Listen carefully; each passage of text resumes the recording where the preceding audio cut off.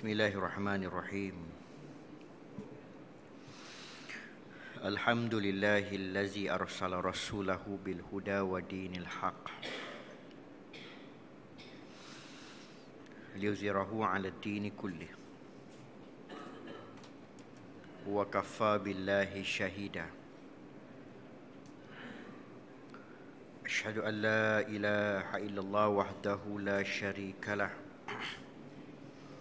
wa asyhadu anna Muhammadan abduhu wa rasuluh. Allahumma salli wa sallim wa barik ala Muhammadin wa ala alihi wa sahbihi wa man tabi'ahu bi ihsanin ila yaumiddin. Amma ba'd.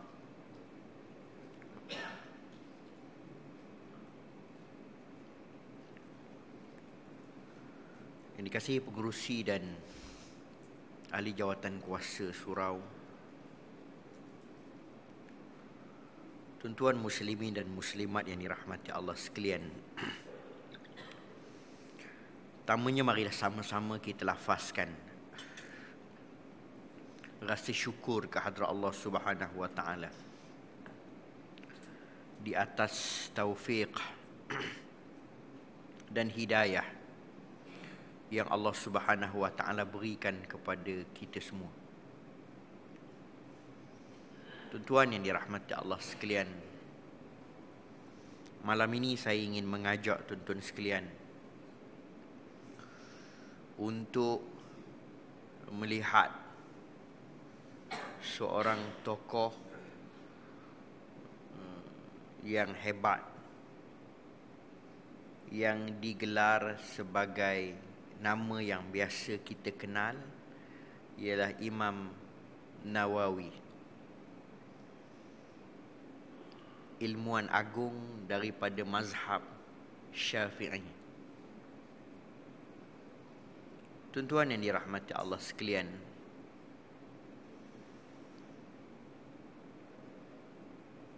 Imam Nawawi ini nama dia ialah, sekali dengan gelaran dia, Al-Hafiz Muhyiddin Abu Zakaria Yahya bin Sharaf. Itu nama dalam my card dia, nama penuh dia.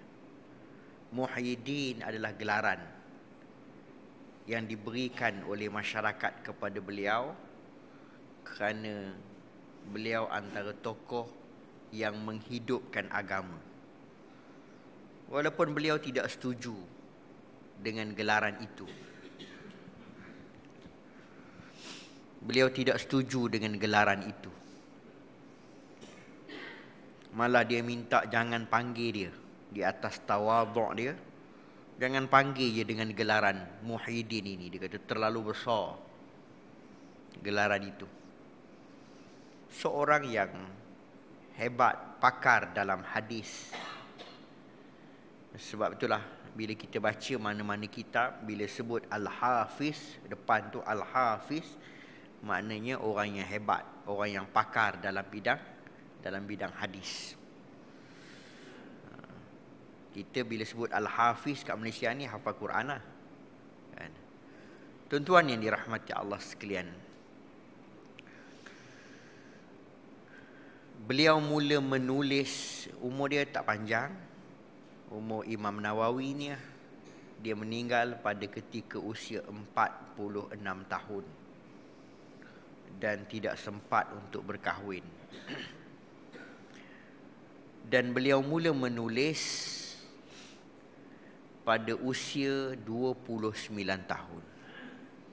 Banyak kitab-kitab yang dihasilkan, dan hari ini di antara nama-nama kitab yang banyak itu, dan biasanya ada sebahagiannya kita buat kelas pengajian. Riyadhus Salihin antaranya. Kemudian hadis 40, kan, Al-Azkar, dan banyak lagi kitab-kitab yang kalau sekiranya diukur dari segi umur, orang akan rasa tak logik dia boleh menghasilkan kitab yang begitu banyak. Dan inilah disebut sebagai keberkatan umur. Apabila Allah Subhanahu wa taala berkati umur seseorang, walaupun umurnya tak panjang, tetapi apa yang dia buat itu orang kenang sampai sepanjang zaman. Umar Abdul Aziz hanya memerintah 3 tahun. Tetapi orang sebut nama dia sampai ke hari ini. Seolah-olah dia memerintah ratusan tahun keadilan yang dia buat. Itulah keberkatan yang Allah Subhanahu wa taala berikan. Tuan-tuan yang dirahmati Allah sekalian. Imam Nawawi ni, pasal apa orang panggil Nawawi? Sebab dia dilahirkan di Nawa. Nawa ni dekat dengan Syria. Dan dia juga dihalau keluar. Dihalau keluar daripada Damsyik oleh raja pada ketika itu, Malikuz Zahir, dan beliau balik ke Nawa lepas dihalau keluar daripada Damsyik itu.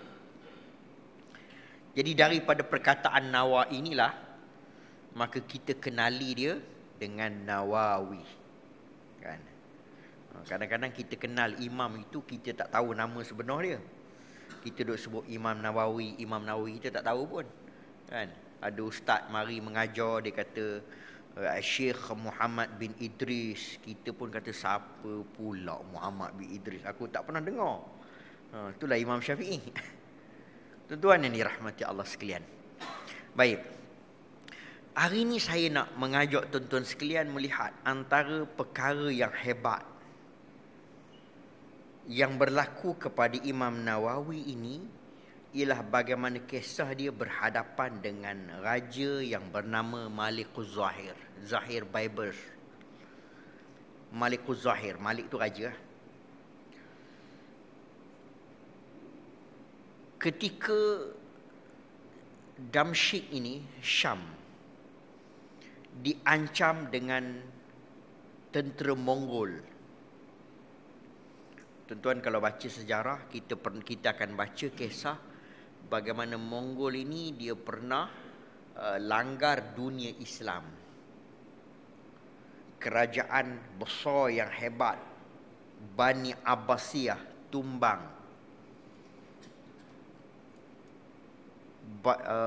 Mongol ini, bangsa Mongol ini, dia tak ada belas kasihan ketika dia melanggar dan memusnahkan Baghdad yang menjadi ibu kota kepada pemerintahan Islam pada ketika itu.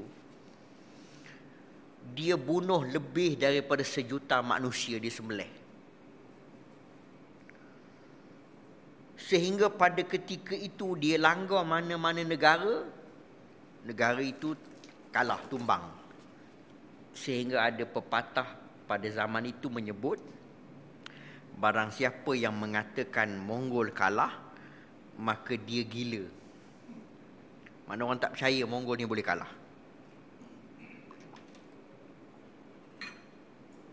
Maknanya, orang kata mustahil Mongol ini boleh kalah.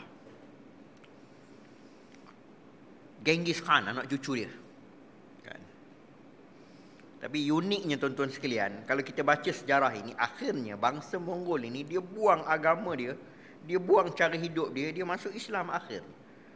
Dan mengasaskan dinasti Islam Mongol yang berpusat di India. Ini hebat sejarah Islam.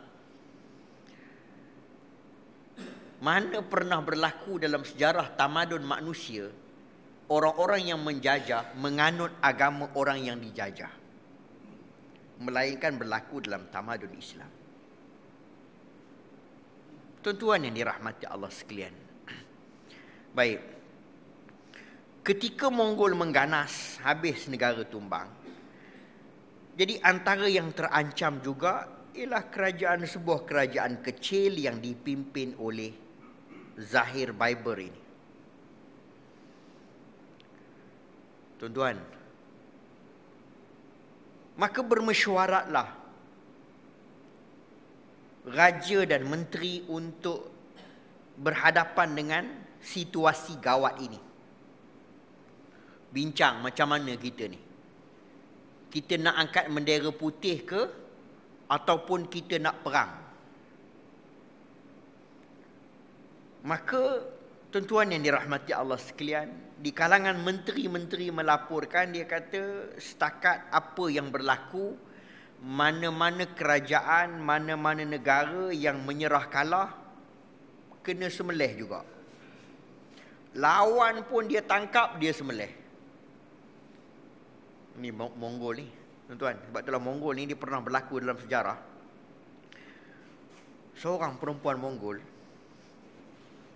kan, dia berjaya tawan 40 orang lelaki. Yang berani tak berani, seorang perempuan tawan 40 lelaki. Kemudian diikat seorang-seorang. Lepas tu dia dalam perjalanan dia bawa tawanan ini, tiba-tiba baru dia teringat masih diikat tu, pedang dia tertinggal. Lalu dia kata, kamu semua duduk sini. Aku nak pergi ambil pedang aku tertinggal. Jangan lari, siapa lari siap. Tuan-tuan punya takut. Allah tarik semangat, Allah tarik kemuliaan apabila umat Islam meninggalkan Islam, tak berani nak lari. Padahal yang tangkap tu perempuan seorang je. Dia pergi ambil pedang dia, dia patah balik, dia pancung seorang-seorang. Seorang perempuan. Tak lawan, tak lari. Yang kena ikat tangan, kaki tak kena ikat. Kan, kalau ikut logiknya lari lah. Tak berani. Pancung seorang-seorang. Tuan-tuan. Itu yang barangkali lah dia nak balas dendam. Silam dulu. Kan? Bom perempuan Mongol. Kan? Tuan-tuan yang dirahmati Allah sekalian. Baik. Jadi raja ni dia bermesyuarat. Macam mana nak hadapi ni? Menteri kata jangan menyerah. Menyerah pun kita kena bunuh. Baik kita lawan. Maka diputuskan untuk lawan. Tapi bila cek persiapan, terutama dari segi ketenteraan. Sebab nak lawan ni kena kuat senjata. Kena ada tentera yang kuat. Menteri Pertahanan dia laporkan, dia kata kita tidak punya senjata yang cukup. Kan? Kita ada kapal terbang tapi tak boleh terbang. Kita ada kapal selam tapi tak boleh menyelam. Lebih kurang gitu lah. Duit tak ada. Perbendaraan negara melaporkan tak ada duit nak beli senjata. Dalam keadaan gawat itu, maka menteri dia cadangkan, tuan, wahai tuanku, kita kutip GST, cukai. Kita kutip cukai. Kita ambil daripada rakyat. Raja kata boleh ke? Kan? Nanti ulama keluar fatwa kata haram, susah kita. Menteri kata untuk tujuan jihad, wahai tuanku. Bukan keperluan lain, ni keperluan maslahah untuk kepentingan negara, sebab kita nak pertahankan negara. Sekiranya kita tak buat begini, negara kita akan diserang. Rakyat akan dibunuh. Maka di atas masalah ini, mana mungkin ulama boleh mengharamkan cukai baru ini. Baik, raja kata kita himpun semua ulama. Kita terangkan. Kita bagi taklimat. Maka dihimpunkan semua ulama. Diceritakan keperluan negara. Diceritakan ancaman yang sedang dihadapi oleh negara pada ketika itu. Maka ulama pun keluarkan fatwa. Semua ulama mengeluarkan fatwa harus di atas maslahah. Semua ulama kata harus. Dan ulama ini menurunkan tanda tangan persetujuan di atas cukai baru ini. Sehinggalah apabila sampai giliran Imam Nawawi, beliau enggan. Beliau enggan untuk turunkan tanda tangan. Kata, saya tak akan turun tanda tangan. Maka raja pada ketika itu dia tanya, kalau kamu tak turunkan kalau kamu tak mau turunkan tanda tangan, aku nak tanya apa pandangan kamu tentang dasar yang baru yang kerajaan nak buat ini. Tuan-tuan, Imam Nawawi sebut, Imam Nawawi kata, aku dapati kamu memiliki 1000 orang hamba lelaki yang setiap hamba lelaki ini kamu pakaikan dengan tali pinggang daripada emas. Kamu memiliki 200 hamba perempuan yang setiap hamba perempuan ini kamu hadiahkan sebekas emas. Isteri-isteri kamu dan isteri menteri-menteri kamu, pada batang tubuh mereka tergantung barang perhiasan yang mewah. Dalam istana kamu, dalam istana menteri kamu, perhiasan-perhiasan yang mewah. Imam Nawawi sebut, kan, dia bangkit habis semua. Jam yang menteri kamu pakai 300,000, 400,000, habis semua, dia bangkit semua. Tuan-tuan, maka aku fatwakan, kamu belanjakan semua yang ada ini dulu. Tali pinggang daripada hamba lelaki kamu, barang kemas daripada hamba perempuan kamu, barang-barang perhiasan, segala-gala ini kamu belanjakan terlebih dahulu. Kemudian selepas daripada itu, kamu ambil harta daripada Baitul Mal. Dan sekiranya semua keperluan ini telah digunakan, masih belum cukup, maka pada ketika itu barulah aku akan fatwakan harus untuk kamu mengambil daripada rakyat. Tuan-tuan yang dirahmati Allah sekalian, ini Imam Nawawi ni ketegasannya. Ulama-ulama lain apabila mendengar apa yang Imam Nawawi sebut dalam kitab-kitab yang menceritakan kisah ini, menyebut semua ulama mengangkat jubah masing-masing. Kerana bimbang raja akan memancung Imam Nawawi dan bimbang darah akan merecik kena jubah mereka. Dan memang raja murka. Imam Nawawi dihalau keluar daripada Damsyik. Tuan-tuan, di atas kemurkaan itu,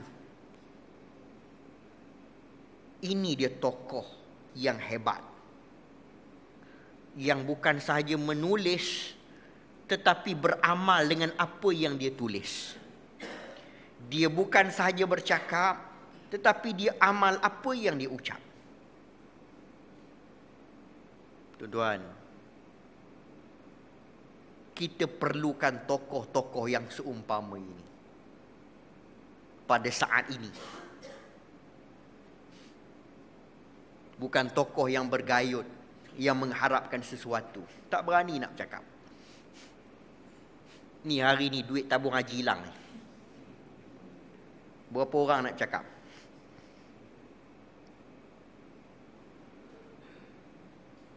Beli tanah. Allah Rabbi, tuan-tuan, duit orang miskin. Tabung haji duit orang miskin, tuan-tuan. Tanah yang bernilai satu kaki RM90 dibeli oleh tabung haji dengan harga satu kaki RM2,860. Keseluruhan perbelanjaan itu ialah RM194 juta. Hari ini tabung haji keluar kenyataan, dia kata kita dapat diskaun RM188 juta. Allah, tuan-tuan, apa nak jadi ni?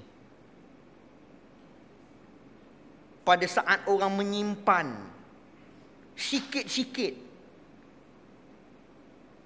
Dulu duit orang kaya ambil, sekarang ni duit orang kaya, duit orang miskin habis semua. Tuan-tuan, dahlah kita dapat surat ni kan, sampai ke rumah surat haji kita bila?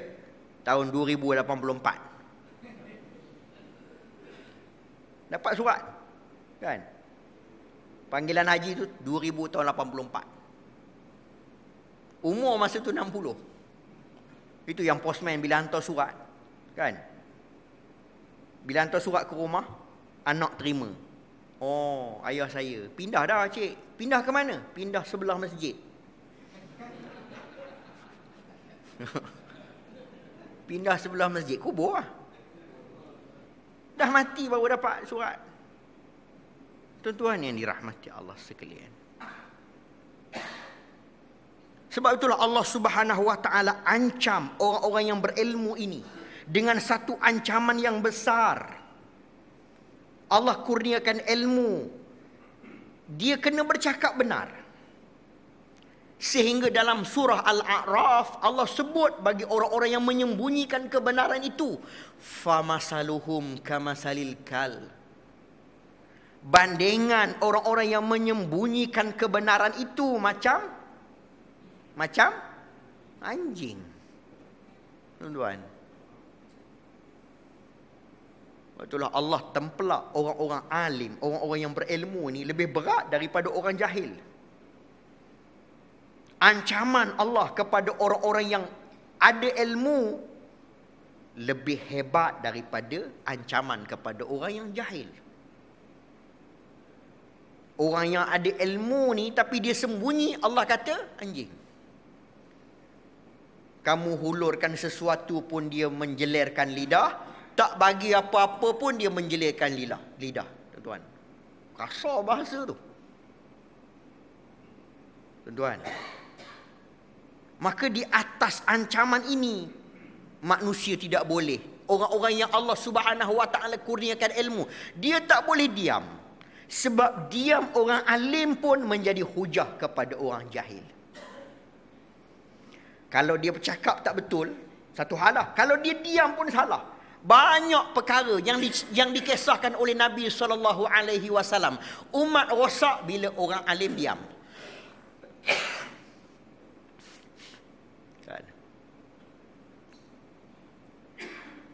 Buat maksiat depan orang alim. Orang alim tak cakap apa. Dia jadi hujah kepada orang jahil. Orang jahil kata apa? Boleh buat. Aku buat depan ustaz, ustaz tak kata apa. Kalau salah mesti dia tegur. Dia jadi hujah. Itu baru diam. Belum cakap lagi, baru diam. Apatah lagi kalau bercakap dengan fatwa-fatwa yang tak sepatutnya, yang boleh merosakkan umat. Tuan-tuan, dalam sejarah kita akan jumpa dua tokoh. Apabila bercakap isu cukai, ada dua tokoh. Yang pertama Imam Nawawi tadi, yang kedua Syekh Izzuddin Abdus Salam, Sultanul Aulia, orang gelar dia, raja kepada alim ulama. Dua tokoh ni, Syekh Izzuddin ni, tuan-tuan sekalian, dia sampai peringkat dia jual raja, dia lelong raja kat pasar. Syekh Izzuddin ini bila negara diancam oleh Salibiyah, tentera salib di Mesir. Tadi Mongol. Sama ya. Cuma Syekh Izzuddin ni, dia lepaskan fatwa dia dalam khutbah Jumaat. Depan menteri, depan raja dalam khutbah. Sehingga dia dibuang daripada Mesir. Dan bila dia dibuang daripada Mesir, rakyat yang ada di Mesir semua berpindah, ikut dia. Kami tak mau berperang, kami tak mau pertahankan negara. Tentera pun kata kami tak mau berperang, kami tak mau pertahankan negara kecuali Syekh Izzuddin ni dipanggil balik. Tuan-tuan, sehingga akhirnya raja tak ada cara, tak ada arah dah. Raja terpaksa panggil Sultan Saifuddin Al-Qutus. Panggil dia. Raja hantar wakil, utusan, pergi jumpa Syekh Izzuddin, kamu diperintahkan balik, dan raja sedia untuk, sultan sedia untuk mengampunkan segala dosa kamu, segala kesalahan kamu. Kan? Padahal yang salahnya raja tu. Tapi dia beritahu, raja sedia untuk ampunkan segala kesalahan kamu. Dengan syarat kamu balik, kamu cium tangan raja. Tuan-tuan, balik cium tangan raja. TV3 semua standby dah nak ambil gambar ni. Dia kata aku tak mau balik. Aku tak mau balik.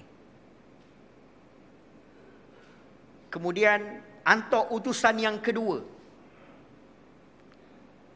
Minta balik tanpa syarat. Syekh Izzuddin kata, kalau nak suruh aku balik dengan satu syarat.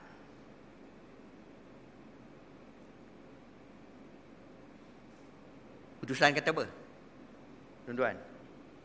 Utusan tanya, apa syarat? Aku balik, aku nak lelong raja dan menteri di pasar. Sebab dari segi sejarahnya tuan-tuan, dari segi sejarah Mesir ni, zaman pemerintahan ini, rajanya adalah asal daripada hamba. Hamba yang dibeli, dilantik menjadi penasihat raja, menjadi orang besar-besar, yang akhirnya bila raja meninggal, merekalah yang menggantikan pemerintahan dalam keadaan mereka pada ketika itu dari segi syarak belum dibebaskan lagi sebagai hamba. Maka Syekh Izzuddin kata ini menyalahi syarak. Dia kata, seseorang yang nak dilantik sebagai pemimpin mestilah orang yang merdeka, tak boleh hamba. Kalau nak suruh aku balik, aku nak perbetulkan balik hukum yang telah dilanggar oleh raja ini. Aku nak lelong raja dengan para menteri di pasar. Selepas orang beli dan bebaskan dia, dia naik atas takhta balik. Tuan-tuan, tak ada arah, terpaksa ikut lah. Pasal rakyat tak mau perang ni, rakyat tak mau pertahankan negara ni kerana nak dipimpin oleh Syekh Izzuddin. Tuan-tuan, sehinggalah dilelong raja ini, dibeli dan dibebaskan. Tuan-tuan baca sejarah, dalam sejarah Islam ni, banyak benda-benda pelik berlaku. Tetapi inilah sejarah Islam yang gemilang. Tuan-tuan, saya pernah cerita Samarkand. Cerita pelik daripada Samarkand. Zaman kegemilangan Islam dulu. Ini juga kisah yang pelik apabila raja dilelong di pasar. Barulah Syekh Izzuddin balik dan Syekh Izzuddin bersama memimpin peperangan tersebut dan alhamdulillah menang. Ini dua tokoh yang hebat, yang sepatutnya dicontohi oleh ilmuwan dan ulama yang ada.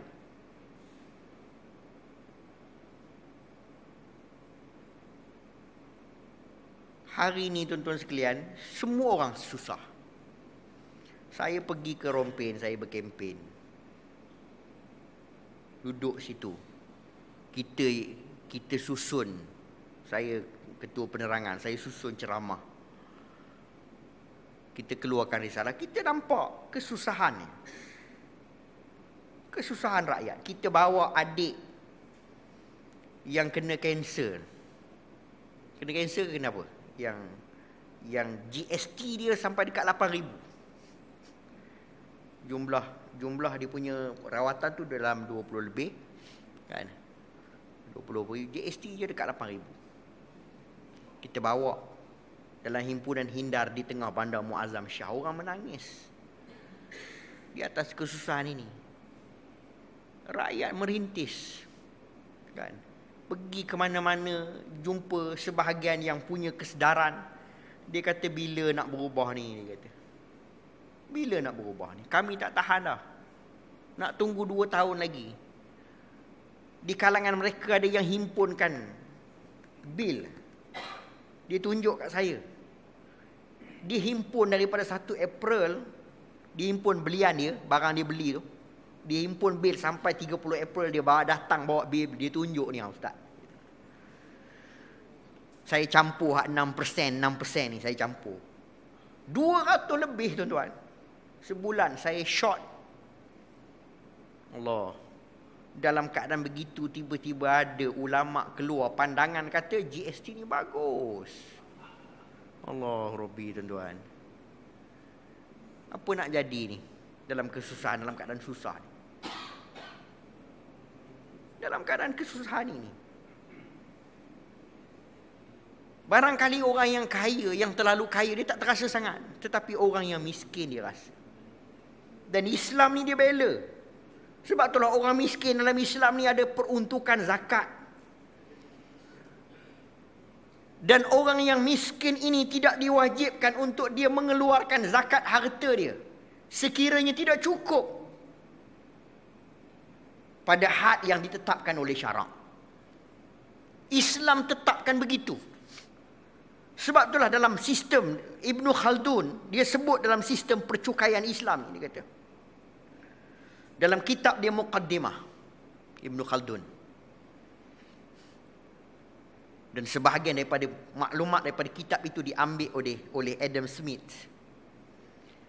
Menulis buku The Wealth of Nation, yang hari ini menjadi rujukan kepada sarjana-sarjana ekonomi.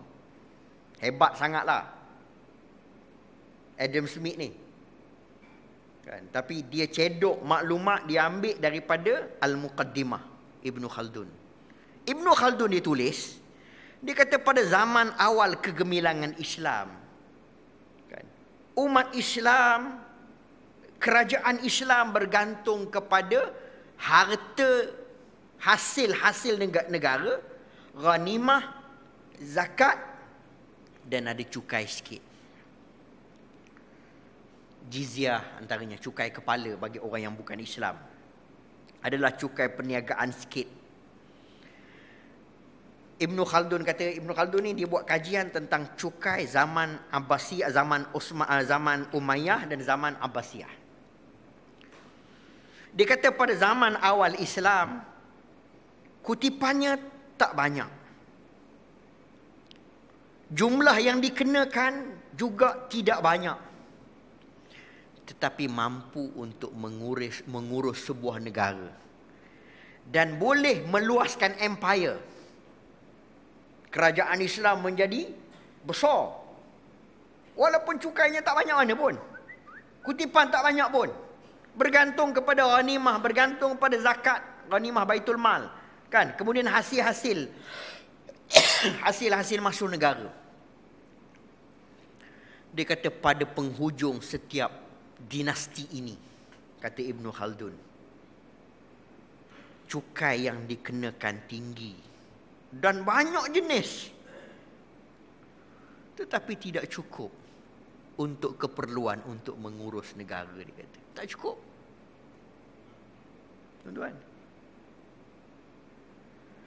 dia buat persoalan, kenapa, mengapa? Dan jawapan dia itu relevan sepanjang zaman. Ibn Khaldun kata, apabila raja dan para menteri, kaum kerabat membolot harta kekayaan negara, maka negara tak akan cukup dengan hasil yang walaupun banyak, walaupun kutipannya banyak. Tuan-tuan, dia sebut ratusan tahun yang lalu. Sebab itulah ulama-ulama ni bila kita gali balik kitab-kitab karangan mereka ni, mereka menulis dengan jiwa dan perasaan. Mereka bercakap benar. Mereka tidak menyembunyikan kebenaran. Kan? Ada sebahagian daripada mereka merengkuk dalam penjara. Ada sebahagian daripada mereka dihukum kerana fatwa-fatwa untuk mempertahankan agama. Di atas semangat mereka ini mempertahankan agama ini, kita sebut nama mereka sampai hari ini. Kita sebut dengan kemegahan. Kita sebut Imam Nawawi. Orang kenal dia. Kita sebut Imam Ahmad yang merengkuk dalam penjara kerana lawan ajaran-ajaran yang bercanggah dengan agama. Mu'tazilah. Tuan-tuan, hari ni orang sebut nama Imam Ahmad bin Hanbal. Bila tanya siapa Imam Ahmad bin Hanbal, semua akan mengenali tokoh ini. Mereka akan jawab, ini Imam Ahli Sunnah wal Jamaah. Di atas keberanian dia. Dan dunia tidak pernah menyebut orang yang menjatuhkan hukum kepada Imam Ahmad. Qadi. Qadi ni zaman itu zaman hebat. Zaman ilmuwan. Kan? Walaupun dia buat kerja dengan cara yang begitu, tapi dia dari segi ilmu hebat. Qadi inilah yang menjatuhkan hukum penjara kepada Imam Ahmad dan hukum sebat kepada Imam Ahmad. Tapi berapa orang yang kenal Qadi ini? Kalau kita tanya, siapakah Qadi yang menjatuhkan hukum kepada Imam Ahmad? Tidak ada orang kenal. Walaupun dari segi keilmuan dia seorang tokoh yang hebat pada zaman dia. Tetapi bila sebut Imam Ahmad, orang kenal.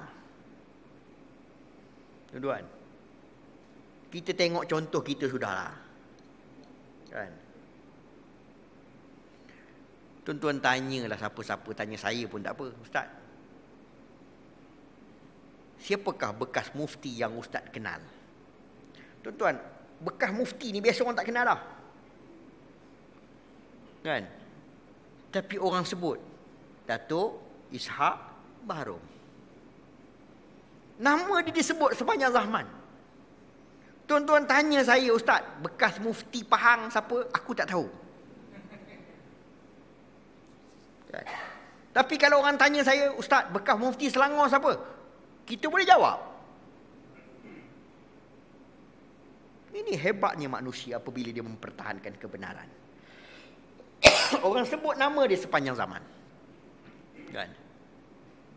Sebab itulah tuan-tuan sekalian, orang yang Allah Subhanahu Wa Taala berikan ilmu ini, dia kena bercakap benar. Dia kena bercakap benar. Islam ni agama yang hebat. Islam ni agama yang sempurna. Tuan-tuan nak tanya bab apa? Semua bab boleh disentuh oleh Islam dengan hujah-hujah agama. Bab cukai, bab pemerintahan, bab ekonomi, bab hubungan antara bangsa. Semua bab. Yang hari ni orang kampung bila sebut bab-bab ni, dia kata politik lah. Bila sebut bab cukai, bab ekonomi, ini semua ni politik ni. Macam mana politik boleh bawa dalam masjid ni? Dia tak faham, tuan-tuan. Semua perkara disentuh oleh agama ini. Agama ini membicarakan menurut hujah dan dalil. Sebab itulah ulama-ulama yang ada pada ketika itu, mereka antara ilmuwan yang hebat. Kan? Allah berikan kemuliaan, Allah angkat darjat di atas keberanian itu. Dan kita harap ulama-ulama yang ada pada hari ini juga punya keberanian yang sama untuk menyelamatkan umat. Kan? Tak boleh bersekongkol dengan kezaliman. Kan? Kita duk baca ittaqullah. Kan? Kadang-kadang kita pun heran. Mari mana-mana orang, mari mana-mana ilmuwan, takutlah pada Allah. Orang tanya, Ustaz, kan? Setakat mana batas kita kena takut pada Allah ni? Takutlah pada Allah. Allah yang menjadikan kita. Allah yang memberikan rezeki pada kita. Ittaqullah, dia kata. Takut pada Allah. Rupanya dia bapak penakut. Kan? Tak berani. Duk suruh orang berani, duk suruh orang kata rezeki daripada Allah. Kan? Tapi dia pun bergantung harap kepada manusia. Tuan yang dirahmati Allah sekalian. Jadi marilah sama-sama kita mengambil tokoh yang hebat ini, Imam Nawawi ini. Kita ambil semangat dia. Kita ambil semangat dia. Tuan, mudah-mudahan Allah Subhanahu wa taala akan berikan kekuatan pada kita. Saya ini penat tak habis lagi ni. Kan? Tapi alhamdulillah lah, penat-penat pun berbaloi lah. Kan? Daripada 15,000 majoriti, itu pun jadi 8,000 lebih, separuh. Jadi satu isyarat yang perlu dilihat. Mana rakyat tolak lah cara umumnya GST ni. Dan kita nak tengok pula putusan malam ni. Kan? Malam ni putusan di Permatang Power. Kita harap dia bagi satu signal untuk kerajaan mengkaji balik GST ni. Kan? Hari ni Sultan Johor pun dah bercakap. Kan? Tuan-tuan tengok terbaru dalam sinar harian, Sultan Johor kata kaji balik GST. Dia kata cukai yang tak masuk akal. Dan kita harap semua orang yang bercakap, ulama, tuan-tuan bayangkan kalau semua tokoh termasuklah mufti bercakap, kan, memberikan pandangan yang sekata, tuan-tuan tak akan sampai ke mana. Tapi bila mufti dah, ada yang mufti setuju, ada yang tak setuju, kan. Banyak yang setujulah pada yang tak setujunya. Kan, saya tahu yang tak setuju ni 2 orang je. Mufti Perlis dengan mufti wilayah. Yang lain tak dengar cerita je. Kan. Jadi perlu kepada keberanian daripada mereka. Kan.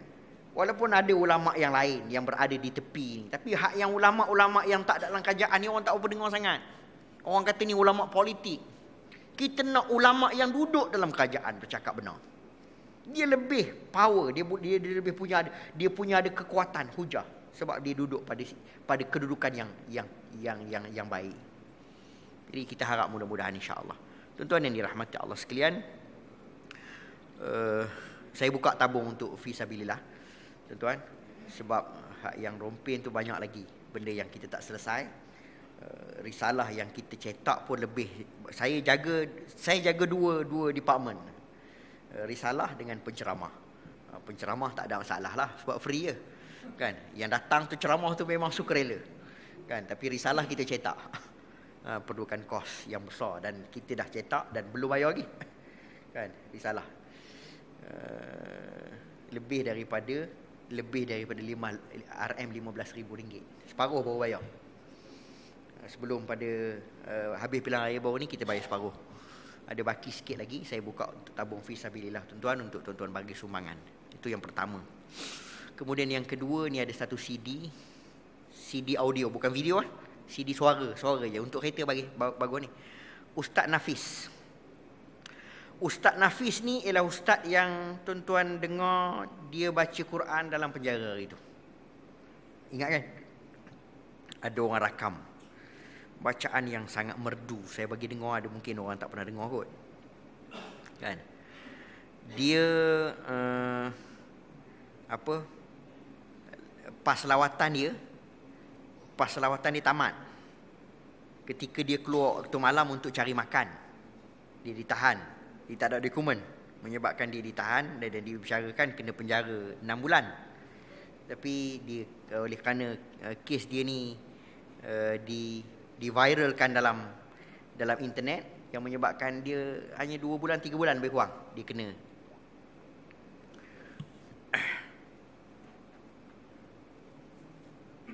Mana soal?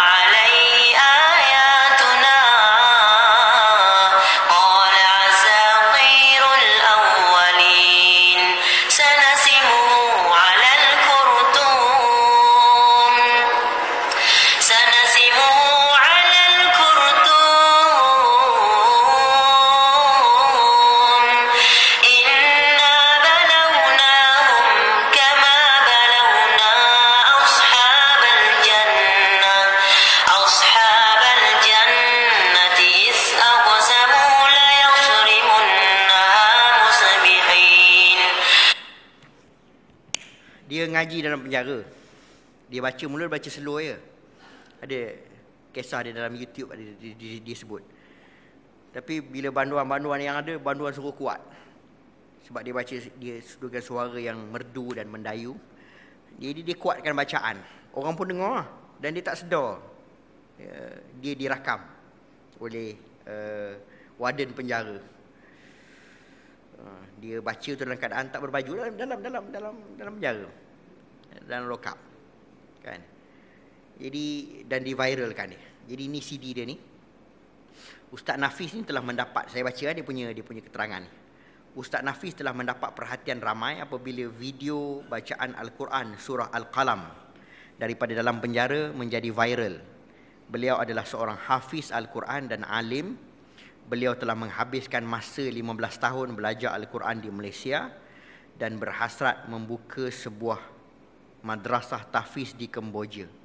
Sebahagian daripada jualan CD ini akan disalurkan kepada beliau. Sokongan semua pihak sangat dihargai.